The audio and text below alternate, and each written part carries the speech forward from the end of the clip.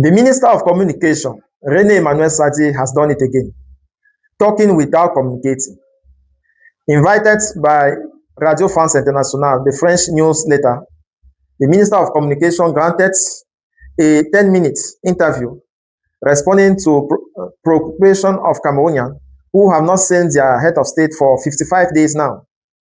On the majority of the question asked to him, he chose to divert the question in order to fulfill his own safety and not to satisfy the people who are wanting the whereabouts of their president. Sadi versus RFI, when the function itself goes silent. My dear compatriots, good evening. Some statements inform us, other statements precisely because of how empty they are become information in themselves. What René Emmanuel Sadi, Cameroon's Minister of Communication, just said on RFI belongs to the second category. One sentence, seemingly harmless. The Constitutional Council has not ruled to declare a vacancy at the head of state. President Biya is alive. Tonight, I want us to take that sentence seriously.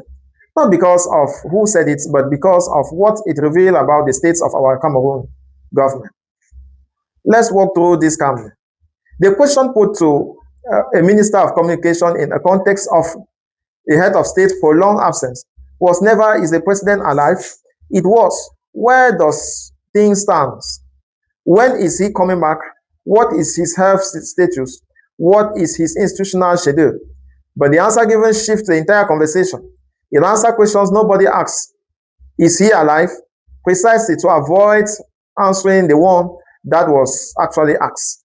That is a non-communication technique. When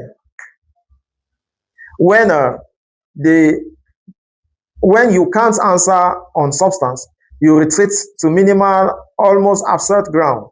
True, but entirely besides the point. That the president is alive is not an answer to when is he coming back. It is a deflection. And that is exactly what deserves scrutiny. Why can't or won't the official spokesperson of the Cameroonian government answer any of the concrete questions the population is actually asking? The minister himself stated he could not say with precision when the president will return, adding that even if he knew, it wouldn't be his place to announce it. Let's pause here then. A minister of communication saying the head of state's schedule is not his place to announce. That is a statement that puts the function itself into question. If informing the nation about the status and calendar of the head of state isn't the role of the Minister of Communication, then what is his role? This isn't an attack on the man. It is an observation about the institution.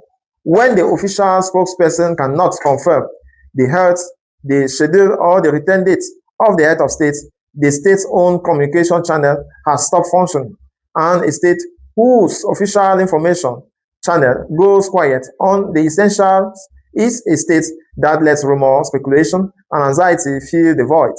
That is the real subject tonight. Not the soundbite, but the institutional silence it dresses up.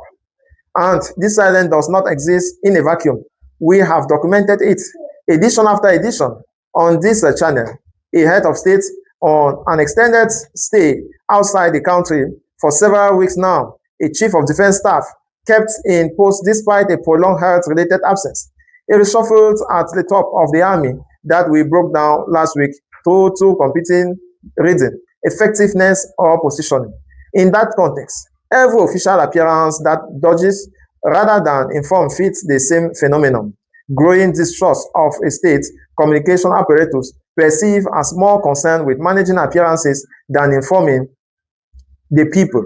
And it needs to be said plainly, this isn't the first time a spokesperson has ended up in this uncomfortable position.